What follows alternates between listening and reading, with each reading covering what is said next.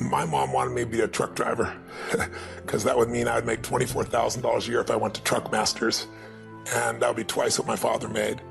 And she thought that would happen, but something inside of me said, I don't want to drive a truck. There's something else that matters more to me, and I decided I was not gonna go for money instead of passion. And the rewards have been pretty amazingly better than being a truck driver. It's not bad being a truck driver, it's just not what I was after. And I look back, and one of the things that helped me was my original teacher, Jim Rohn, who was a personal development speaker. I went to hear when I was 17. He said something the first time I heard him, and he said, you know, it's really simple. If you want life to change, you got to change. If you want life to be better, you've got to get better. It's the only way it happens. And luck will show up for people and it'll leave them. But if you're constantly improving who you are and what you give, game over. And I remember just thinking, you know, this is a beautiful thing. You know, why is this making me cry? And, you know, why is this great thing? Why am I so emotional about this? And then I got it. I realized in that moment that the worst day of my life, my father leaving, had actually been the best day of my life. Because if I hadn't had that experience, I wouldn't be here today. And now because of that, I get to live this life. I have the desire and the drive and the want to give it this way. And so I've really realized that the worst day was the best day, that was God's gift. The gift wouldn't have been there, it would have stayed. There's an old country song that says, thank God for unanswered prayers. It's a story about this man who wants his prayer and finds out later on it wasn't fulfilled, right?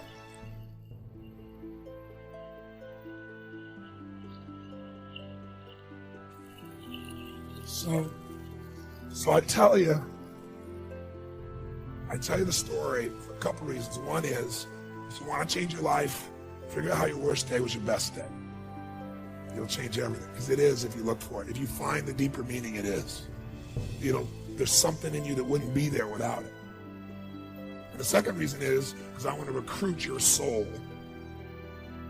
Not for your money or business. I want to recruit you in this action of going and making a difference. I want to recruit you for you, because I know if you go do a few of these things, you'll get hooked and you'll make it a ritual and it'll change your life. You know, whatever things you do in your life, this is what it's really about. And you know, it won't be long before it'll be Thanksgiving here, and we still do this. You know, I start out the first year I fed 2 families, and the next year I fed 4. I'm going to double it. Next year I did 8, which was a lot of work. And I didn't tell anybody what I was doing, because I wasn't doing it for acknowledgement. I was doing it because it was right. But after a while I thought I could use some help. So I got my friends together and said, you know what, instead of just going and having turkey, let's give thanks. Let's go build baskets with food and great stuff. Let's deliver it to people. Then we'll come in and have a big dinner, and we'll talk about what we're grateful for and have our dinner. And so we did it, and it became a ritual, and it grew. And then I built some companies, and all my employees got involved. And then 14, 15 years ago, I started my foundation. And last year, we fed over 1 million people now in 9 countries around the world. You know, on Christmas and Thanksgiving, which has been a pretty amazing experience, right? Thank you. Thank you. Thank you. Thank you. So I thank you for your applause. I wasn't telling you for that reason. I want to recruit you. And you can give your money, but I'd much prefer if you would just go deliver the food. Because I'll tell you what's great. You'll be changed by that. It's easy to give money. But when you enter an environment, you give. You don't give as the giver. You go as the delivery person, but you're really the one that made it. It'll absolutely change your life. See if you can find some ways to multiply your value to the market. And he said your income will immediately start to change. Up until then, I was hoping that the economy would change. I was hoping that my company would change. I was hoping that my paycheck would change. I was hoping that circumstances outside would change. And then here's what I found out. It isn't going to change.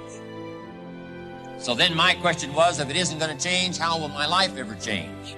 And here's what my teacher taught me. When you change, everything will change for you. When you get better, everything will get better for you. And that's where I picked up that phrase, for things to change, you've got to change. You don't have to change the marketplace. You don't have to change the marketing plan. You don't have to change the economy. You don't have to change countries. You don't have to change circumstances out there. All you've got to do is look within and see if you can change yourself for the better. And as you change, things will start to change for you. Let me give you the day that turns your life around, as quickly as I can. I got 4 parts to the day that turns your life around, and then we're finished for the day.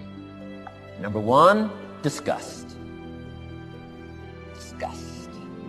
Disgust is a negative emotion, but it can have a very positive, powerful effect. Disgust says, I've had it. What an important day that could be. I've had it.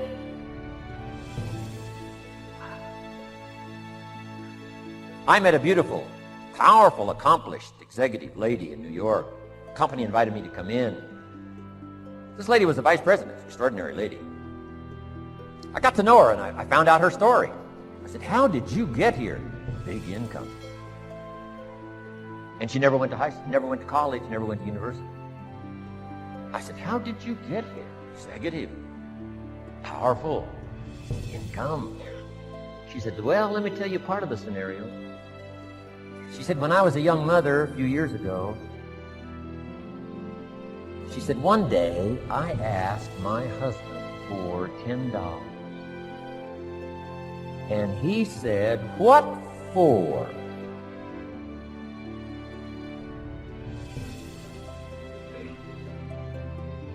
She said, before that day was over, I decided I would never, ever ask.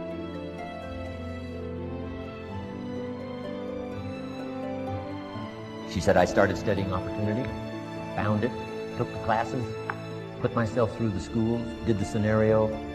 Now I'm vice president. I make a lot of money.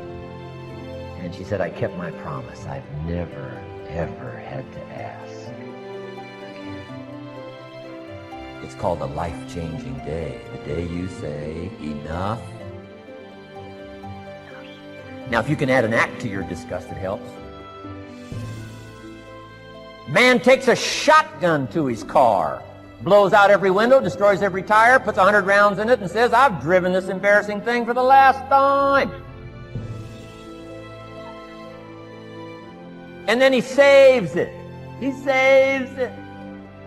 And later when somebody says, how did you become rich and powerful? He says, let me show you this car. One day I'd had it up to here, I blew it to smithereens. No. Here's the last 3.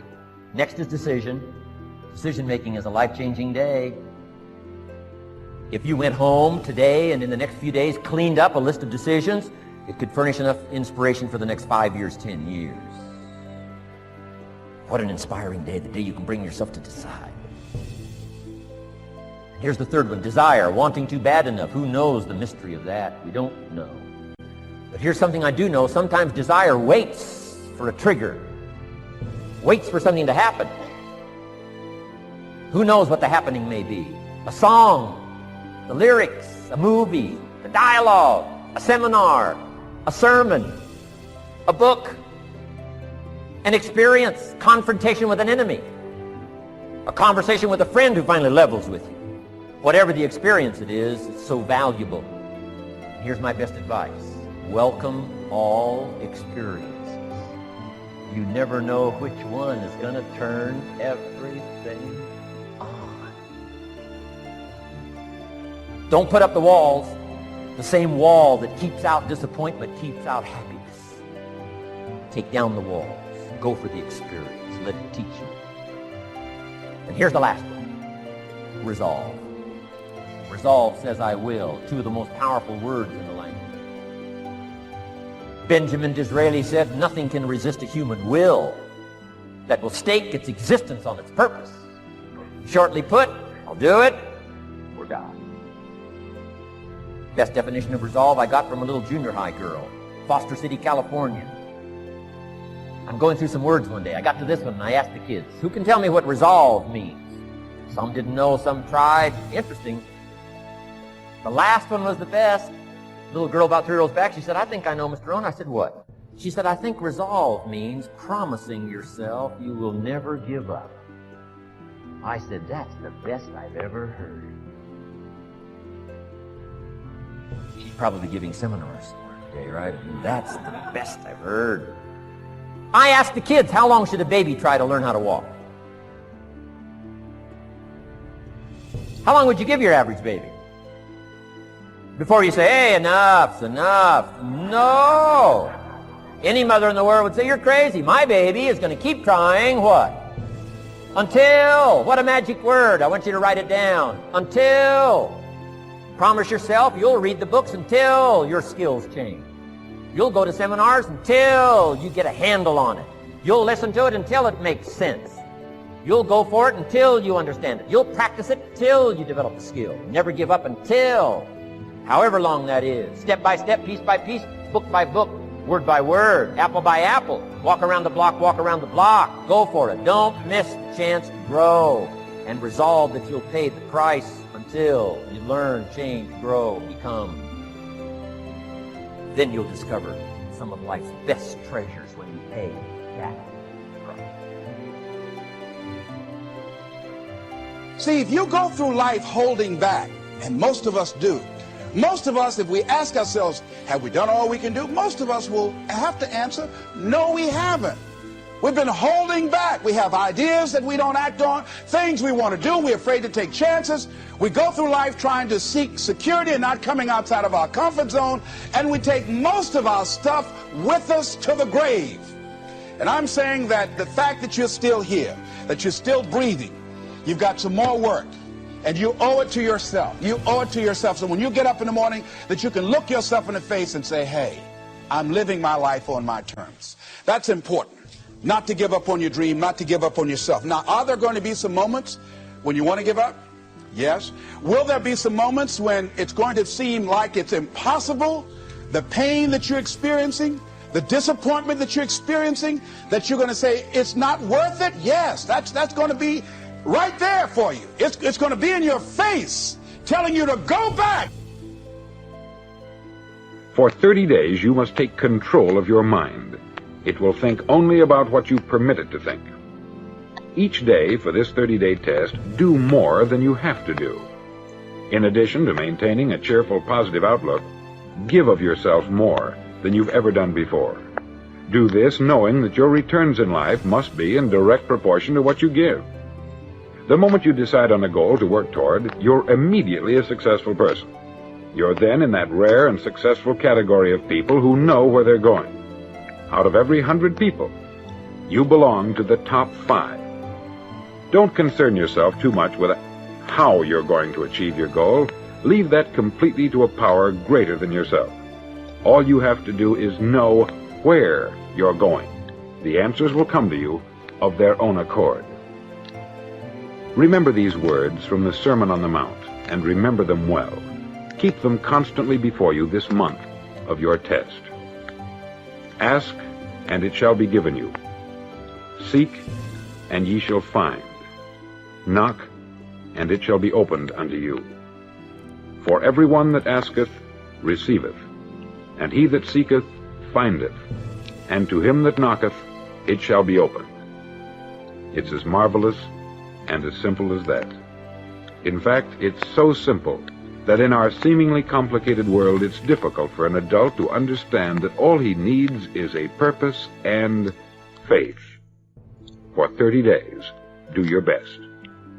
If you're a salesman, go at it as you've never done before, not in hectic fashion, but with the calm, cheerful assurance that time well spent will give you the abundance in return you deserve and want. If you're a homemaker, devote your 30-day test to complete giving of yourself without thinking about receiving anything in return, and you will be amazed at the difference it makes in your life. No matter what your job, do it as you've never done it before for 30 days. And if you've kept your goal before you every day, you'll wonder and marvel at this new life you've found. Dorothea Brand, outstanding editor and writer, discovered it for herself and tells about it in her fine book, Wake Up and Live. Her entire philosophy is reduced to the words, act as though it were impossible to fail. She made her own test with sincerity and faith, and her entire life was changed to one of overwhelming success. Now you make your test for 30 full days. Don't start your test until you've made up your mind to stick with it. You see, by being persistent, you're demonstrating faith. Persistence is simply another word for faith. If you didn't have faith, you would never persist. If you should fail during your first 30 days, by that I mean suddenly find yourself overwhelmed by negative thoughts, you've got to start over again from that point and go 30 more days. Gradually, your new habit will form until you find yourself one of that wonderful minority to whom virtually nothing is impossible. Don't forget the card. It's vitally important as you begin this new way of living. On one side of the card, write your goal, whatever it may be. On the other side, write the words we've quoted from the Sermon on the Mount. Ask, and it shall be given you. Seek, and ye shall find. Knock, and it shall be opened unto you. In your spare time during your test period, read books that will help you. Inspirational books like the Bible, Dorothea Brand's Wake Up and Live, The Magic of Believing by Claude Bristol, Think and Grow Rich by Napoleon Hill, and other books that instruct and inspire. Nothing great was ever accomplished without inspiration. See that during these crucial first 30 days, your own inspiration is kept at a peak. Above all, don't worry. Worry brings fear, and fear is crippling. The only thing that can cause you to worry during your test is trying to do it all yourself. Know that all you have to do is hold your goal before you. Everything else will take care of itself.